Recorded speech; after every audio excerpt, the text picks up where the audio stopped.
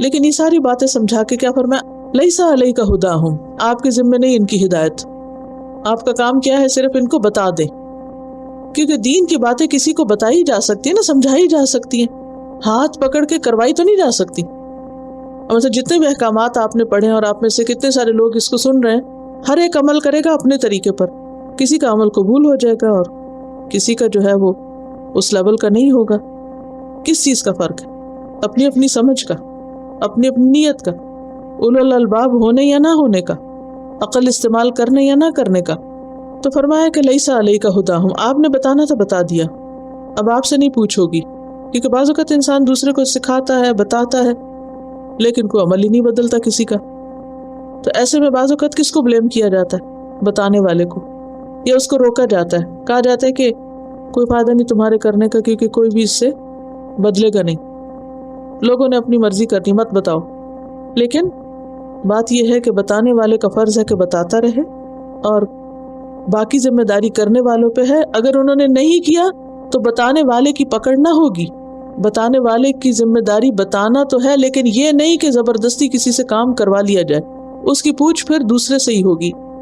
فرمایا کہ آپ کے اوپر نہیں ہے ان کی ہدایت، یعنی آپ انہیں توفیق نہیں دے سکتے، توفیق تو اللہ ہی دیتا ہے۔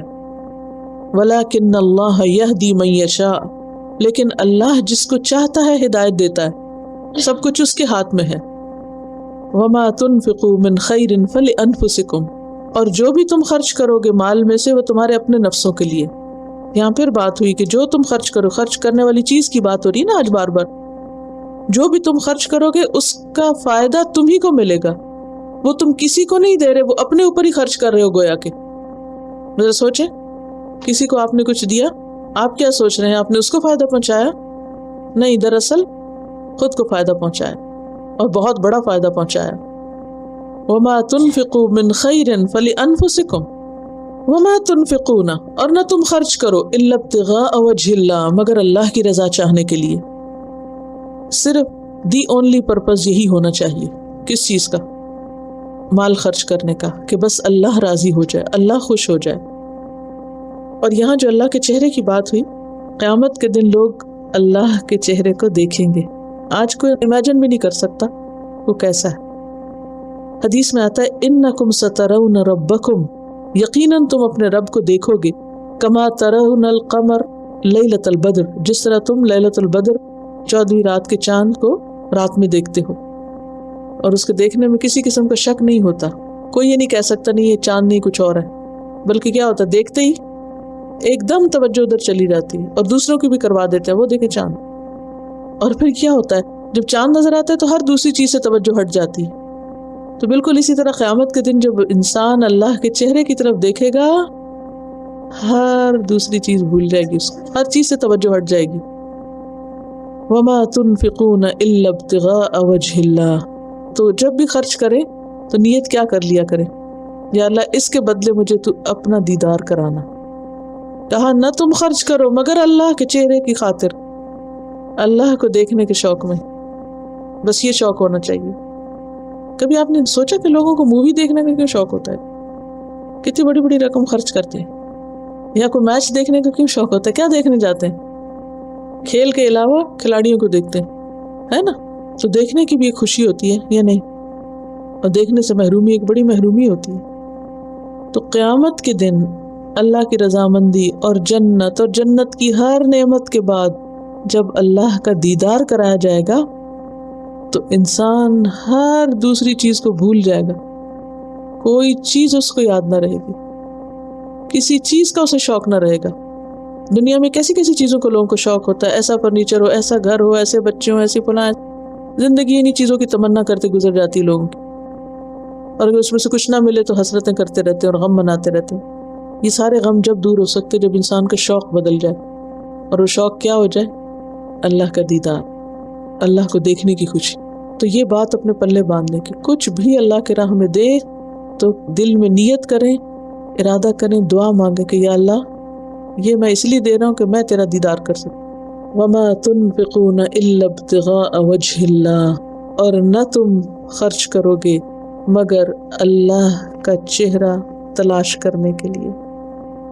جیسے ہم اردو میں بھی کہتے ہیں نا، میں فلاں کو ڈھونڈ رہا تھا، تو ابتغاء جو ہے نا، کوشش کر کے کسی چیز کو ڈھونڈنا ہے، تلاش کرنا ہے، چاہنا، سنجیدہ چاہت کہ بس مل کر ہی دم لے۔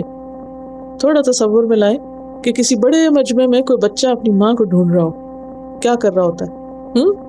کبھی دیکھا؟ چاروں طرف اس کی آنکھیں کسی چیز پہ ٹکتی نہیں، وہ کسی اور چیز پہ توجہ کو نہیں کرتا کہ اچھا یہ نظر آ گیا، یہ بھی اچھا میری ماں سے ملتا جلتا ہی ہے، چلو ماں نہیں تو اس کو دیکھ لوں۔ نہیں، ایسا نہیں کرے گا۔ ایک ہی سوچ اس کی ہوگی، کسی چیز پہ اس کا دل ہی نہیں لگتا، وہ کہتا بس مجھے ایک ہی چیز چاہیے، اس سے کم پہ راضی نہیں ہوتا۔ تو ہمیں بھی اس سے کم پر راضی نہیں ہونا، اس سے پیچھے کوئی منزل نہیں ہے کہ ہم اپنا مال خرچ کرتے رہیں ایک خوبصورت ڈیکوریشن پیس کی خاطر۔ کیا کہا جائے؟ نہیں، تم خرچ کرو گے مگر اللہ کی رضا چاہنے کے لیے، اسی مقصد کے لیے خرچ کرو گے۔ تم اپنا اعلیٰ مال، بہترین مال، قیمتی ترین مال اس کو خوش کرنے کے لیے خرچ کرو تاکہ کل قیامت کے دن تم اس کو دیکھ سکو، کیونکہ سب سے بڑا بدقسمت اور محروم وہ ہے جو اللہ کے دیدار سے محروم رہ جائے۔ اس حصے کو مارک کر لیں، وَمَا تُنْفِقُونَ إِلَّا ابْتِغَاءَ وَجْهِ اللَّهِ۔ کسی کی تعریف حاصل کرنے کے لیے یا کسی شہرت کی خاطر یا کسی دنیاوی فائدے کے لیے ان چیزوں کے لیے خرچ نہ کیا جائے، بلکہ کس لیے خرچ کیا جائے؟ اللہ کے دیدار کے لیے۔ وَمَا تُنْفِقُونَ إِلَّا ابْتِغَاءَ وَجْهِ اللَّهِ۔ اس کے لیے ایک دعا بھی سکھائی گئی ہے نا مسنون دعا میں۔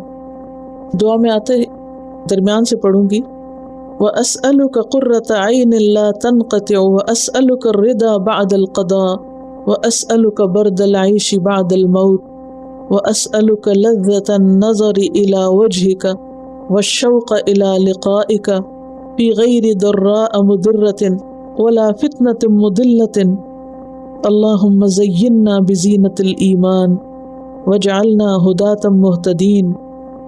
ترجمہ ہے، اے اللہ، نہ ختم ہونے والی نعمت مانگتا ہوں اور نہ قطع ہونے والی آنکھوں کی ٹھنڈک مانگتا ہوں، اور تقدیر کے فیصلے کے بعد اس پر راضی ہونے کا سوال کرتا ہوں، اور موت کے بعد اچھے عیش کا طالب ہوں، یعنی اچھی زندگی کا طالب ہوں، اور تیرے چہرہ نور کو دیکھنے کی لذت کا آرزو مند ہوں، اور بغیر کسی ایسی تکلیف کے جو نقصان پہنچائے تیری ملاقات کا شائق ہوں، اور بغیر کسی ایسے فتنے کے جو گمراہ کر دے، جیسے وہ باغ والے کا قصہ۔ اے اللہ، تو ہم کو ایمان کی زینت سے مزین کر دے اور ہم کو ہدایت یافتہ لوگوں کا رہنما بنا دے۔ تو یہ جو ہے نا اس میں جملہ، وَأَسْأَلُكَ لَذَّةَ النَّظَرِ إِلَى وَجْهِكَ وَالشَّوْقَ إِلَى لِقَائِكَ، تیری ملاقات کا شوق مانگتا ہوں، کیونکہ یہ شوق بھی اللہ دے تو شوق لگے گا نا، ورنہ تو پتہ ہی نہیں کہ یہ بھی کوئی چیز ہے مانگنے کی۔ ہمیں تو بچپن سے جو دعائیں سکھائی گی اس میں کہاں ایسے شوق ہیں، وہاں تو شوق ہیں کچھ اور ہی، اور جو شوق ہیں دنیا کے انہی کی دعائیں ہیں۔ وَمَا تُنْفِقُوا مِنْ خَيْرٍ، اور جو بھی تم خرچ کرو گے مال میں سے۔ آپ دیکھیں کہ جب کوئی پسندیدہ چیز خریدنی ہوتی ہے نا، کوئی پسندیدہ چیز چاہیے ہوتی ہے تو آپ بڑی سے بڑی رقم بھی خرچ کر دیتے ہیں، آپ کہتے ہیں پرواہ نہیں مال کی، بس وہ چیز مل جائے، ہے یا نہیں؟ تو پھر جس کو اللہ کے دیدار کا شوق لگ گیا وہ کیا کہے گا؟ پرواہ نہیں مال کی، بس وہ مل جائے۔ مال کس لیے بچا کے رکھنا، ہمیں تو وہ چاہیے۔ وَمَا تُنْفِقُوا مِنْ خَيْرٍ يُوَفَّ إِلَيْكُمْ، اور جو بھی تم خرچ کرو گے مال میں سے، یوفا الیکم، پورا پورا تم کو واپس کیا جائے گا، ایک پائی بھی نہیں اللہ رکھے گا، اور صرف واپس نہیں کئی گنا زیادہ کر کے دے گا۔ وَأَنْتُمْ لَا تُظْلَمُونَ، اور تم ظلم نہ کیے جاؤ گے، تمہارا حق نہ مارا جائے گا۔ سورۃ طٰہٰ میں آتا ہے وَمَن يَعْمَلْ مِنَ الصَّالِحَاتِ وَهُوَ مُؤْمِنٌ فَلَا يَخَافُ ظُلْمًا وَلَا هَضْمًا۔ طٰہٰ، اور جو بھی نیک عمل کرے گا حالانکہ وہ مومن ہو تو اسے کسی ظلم اور ناانصافی یا حق تلفی کا ڈر نہ ہوگا۔ وَأَنْتُمْ لَا تُظْلَمُونَ،